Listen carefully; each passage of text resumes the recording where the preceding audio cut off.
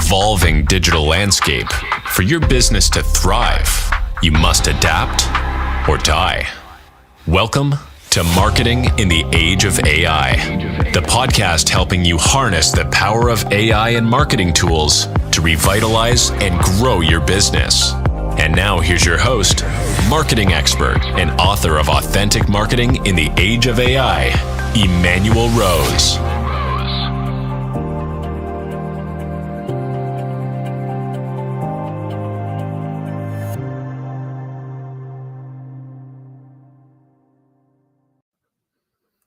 Welcome to this episode of Marketing in the Age of AI. We're going to have a great talk today about voice and AI and synthetic voice, and it's especially interesting because we just had another advancement with potentially with Joe Biden, President Biden, using an AI generated message last night. So it's timely in that way, but without too much other conversation on my part, I'll bring Brandon in from Interval AI, and welcome to the show. Hey, thank you for having me. It's hilarious you bring this up. I didn't watch the Kamala Joe Biden phone call yesterday, but when I get to the office today, a couple of my team members, they brought it up, so we looked it up on YouTube. I don't know what that was. She literally was caught saying phone call, Joe.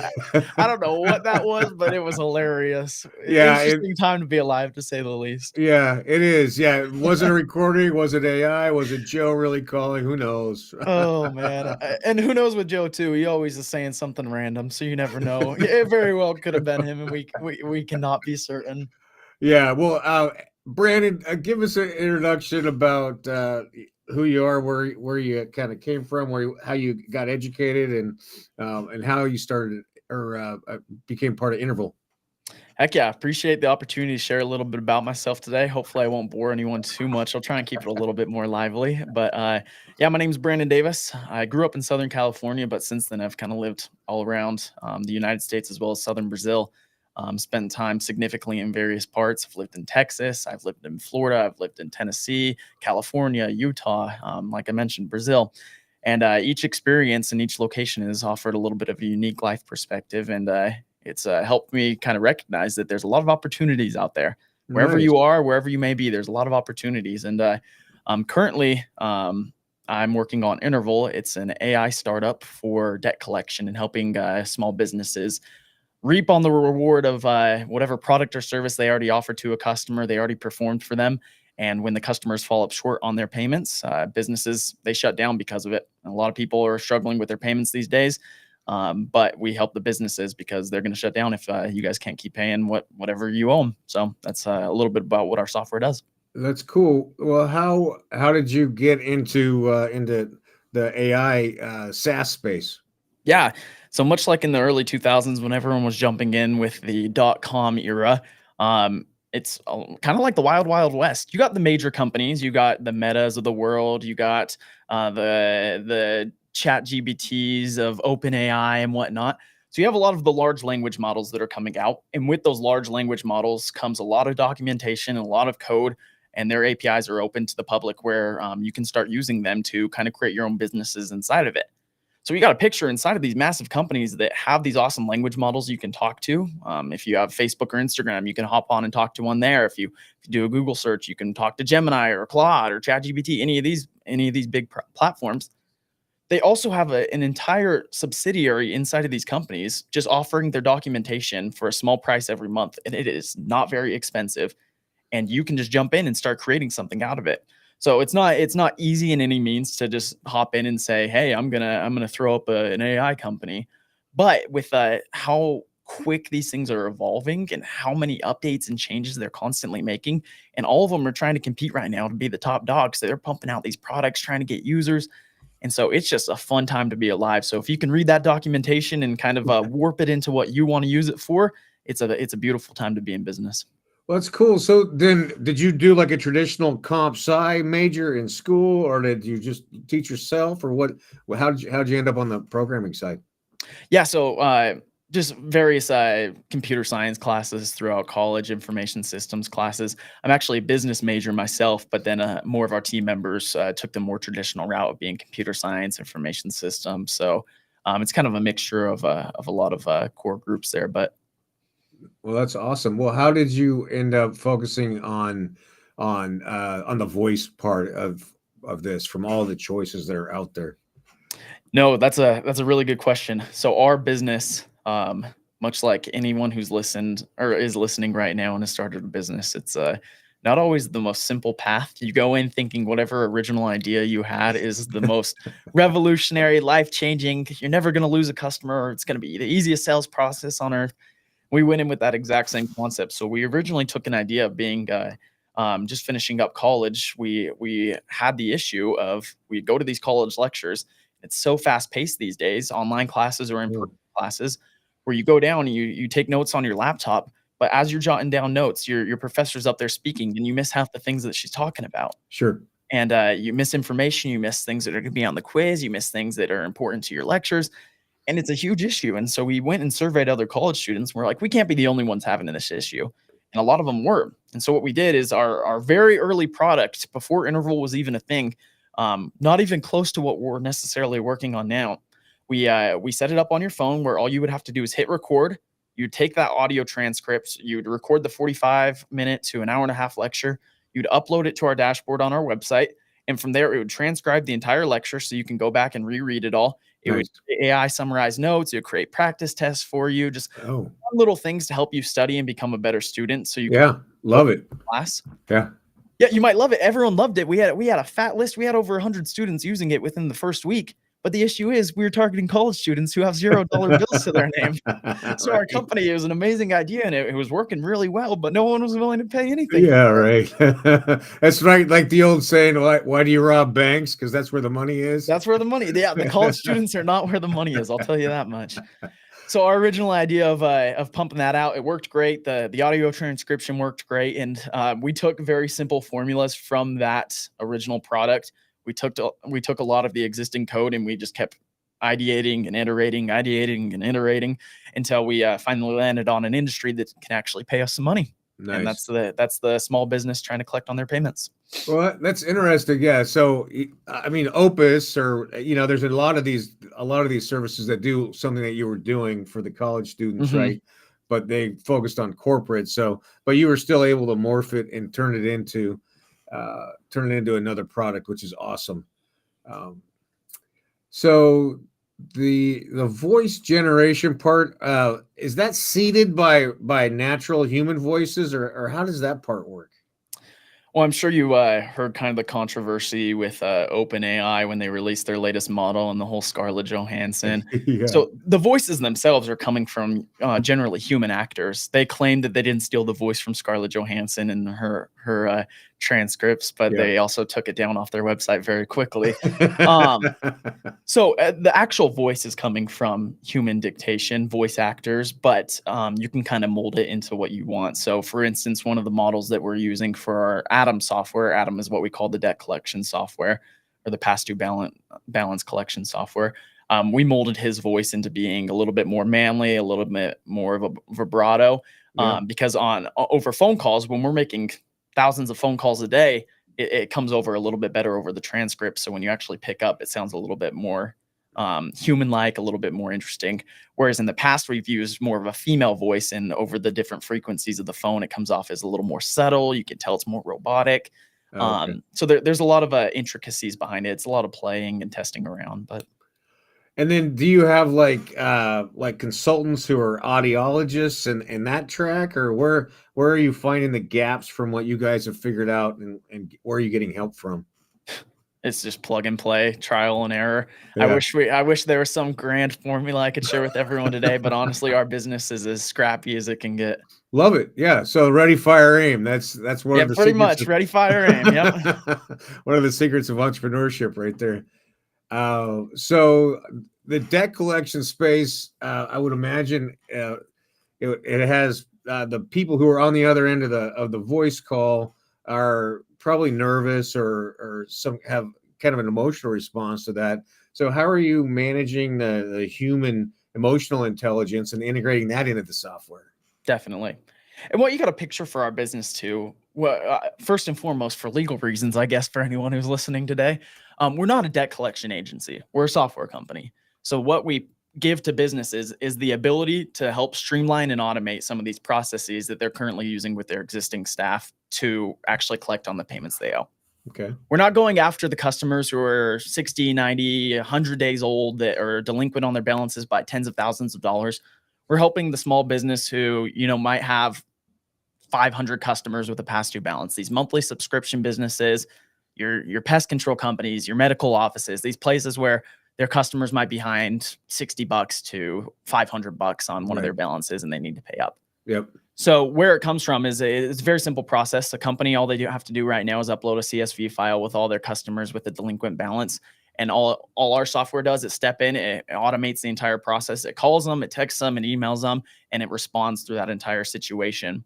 Where the emotional side comes from, it's very interesting because for legality reasons, you have to dictate. So our beginning of the message, it says something along the lines of, depending on how the business sets it up, hey, this is Adam, or whatever name they chose to use for the voice.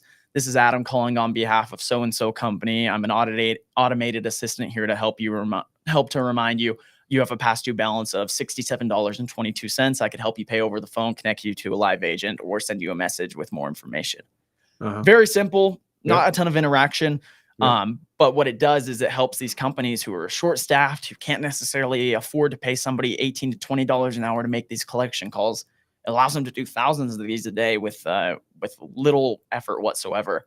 And then from the actual side of the person with the debt collection, of course, there's always going to be somebody who doesn't pay their balance. That's why we have debt collection agencies. But what we're really targeting is the person whose credit card changed, who maybe they had a tough month financially and they were a couple payments behind. These are good, hardworking, honest people who maybe had a slight little struggle or hiccup, but they were honest and they're gonna pay up what they owe. Yeah, no. So then, I guess how much conversation is set up? Like if somebody, starts to go into a story, how responsive is Adam or Eve, whoever the caller is?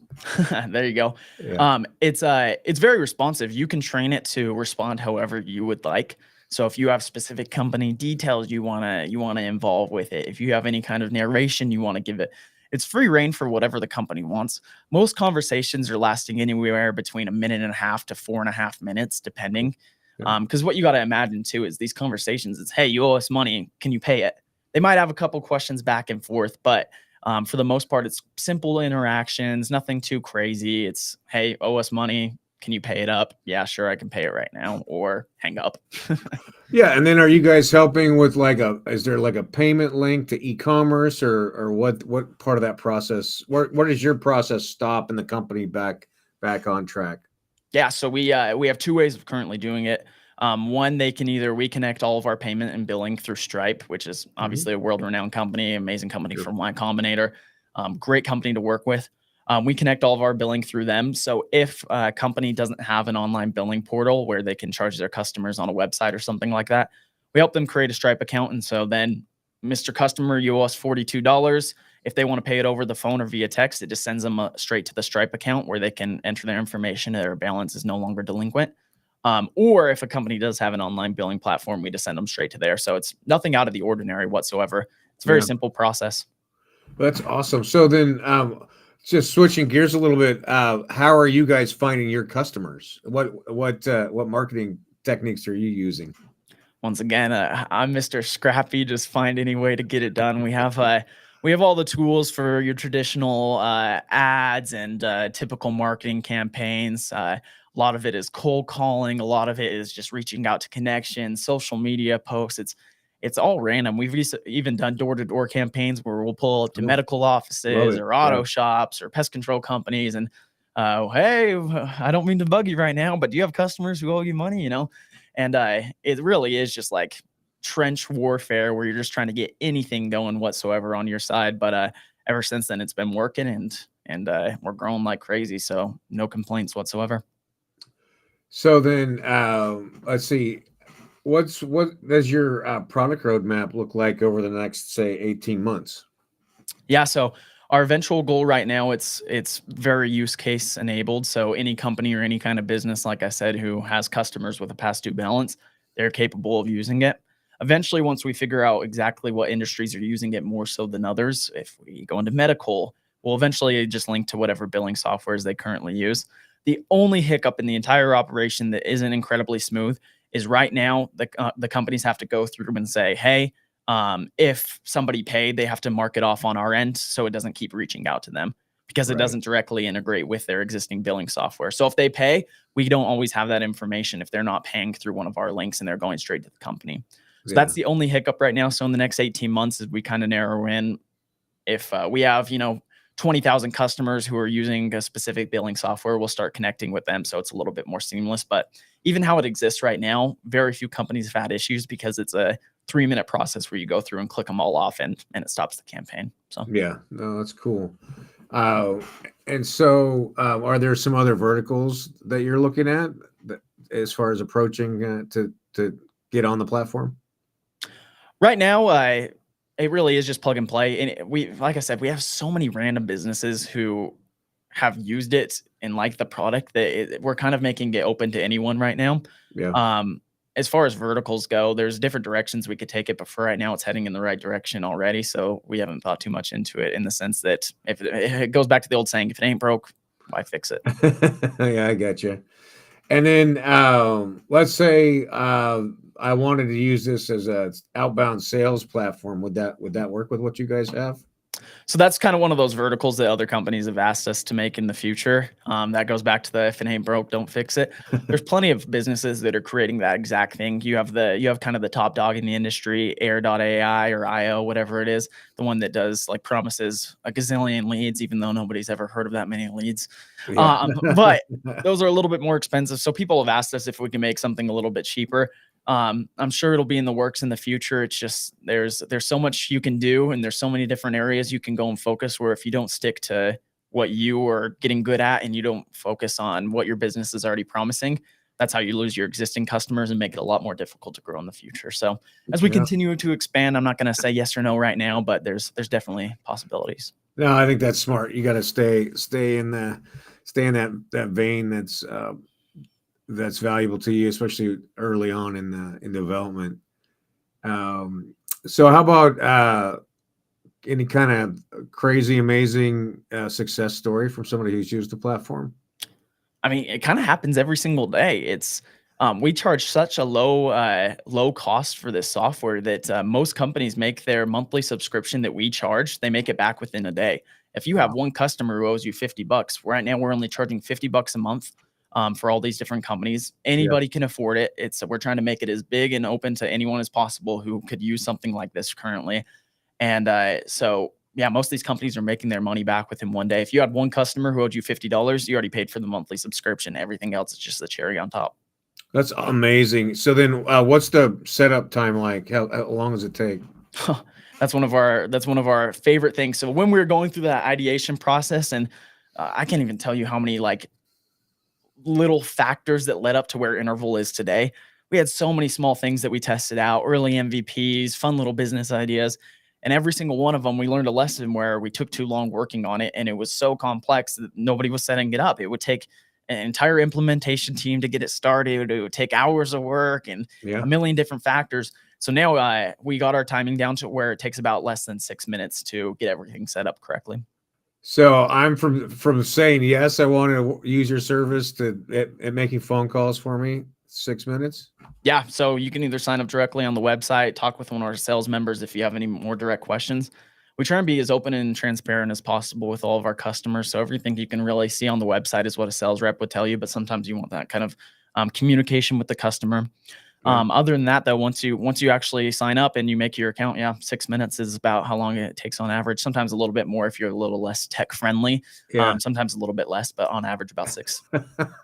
Wow. Well, that is awesome. What an exciting product. And hang on after the show. I have some other verticals I'm going to share with you. Beautiful. So, Love to hear it. Brandon, thanks for taking time today. How do people get in touch with you if they want to talk to you about getting on your platform at Interval? Yeah, absolutely. Our website's super hard to memorize. It's interval-ai.com.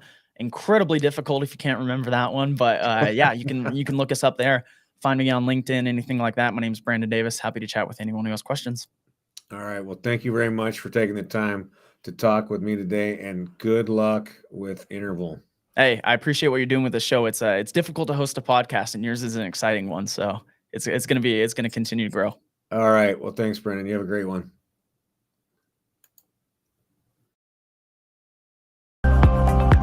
Thanks for listening to Marketing in the Age of AI. Be sure to subscribe wherever you heard this podcast so you never miss a future episode. Your copy of Authentic Marketing in the Age of AI is available at Amazon.com or EmmanuelRose.com. You can also connect with Emmanuel on LinkedIn. Thanks again for listening, and we'll see you next time.